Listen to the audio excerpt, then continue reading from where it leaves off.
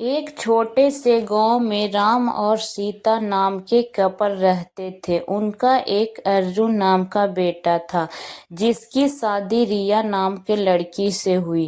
राम और सीता कड़ी मेहनत करते थे और अपनी बुढ़ापे के लिए पैसा बचा रहे थे।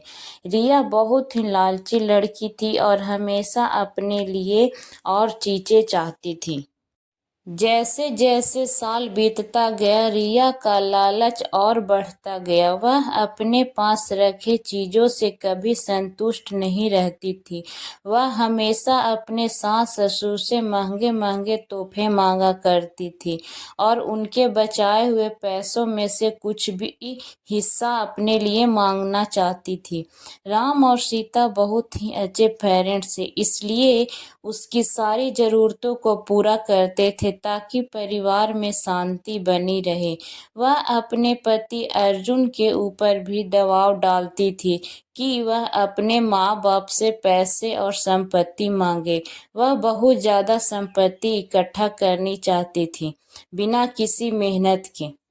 एक दिन राम और सीता ने यह फैसला लिया कि वह रिया को सबक सिखाएंगे।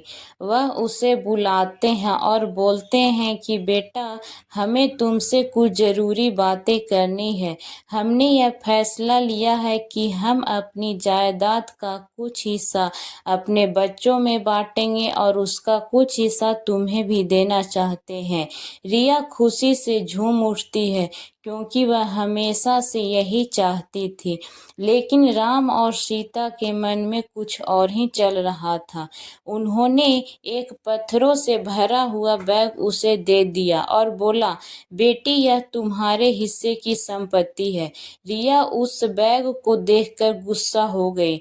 उसने उस पत्थर से भरे हुए बैग को जमीन पर फेंका और जोर जोर से चिल्लाते हुए बोली कि मेरी मजाक उड़ाने की तुम्हारी हिम्मत कैसे हुई? मुझे पैसे चाहिए, ये पत्थर नहीं। राम और सीता ने शांत तरीके से उसे समझाया और बोले, रिया, सच्ची संपत्ति सिर्फ पैसों और चीजों के बारे में नहीं है।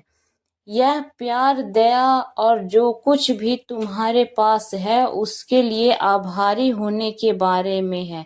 हमने हमेशा तुमसे प्यार किया और तुम्हारी देखभाल की है, और यह पैसों से भी अधिक कीमती है।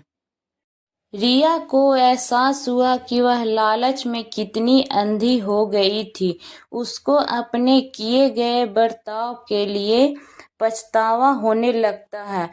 उसने अपने सास और ससुर से माफी मांगी और अपने तरीके बदलने का वादा किया। उस दिन के बाद से उसमें बदलाव आ गया और वह एक अच्छी बहू की तरह बर्ताव करने लगी। रिया के बदलाव की बात पूरे गांव में फैल गई और सभी ने एक बेहतर इंसान बनने के लिए उसकी प्रशंसा की। रिया अपने परिवार का ख्याल रखते हुए और उनके बीच मिले प्यार के लिए आभारी होकर हमेशा खुश रहने लगी। सच्चा धन प्यार, दया और जो हमारे पास है उसके लिए आभारी होने से आता है, न कि हमेशा और अधिक चीजों की चाह रखने से।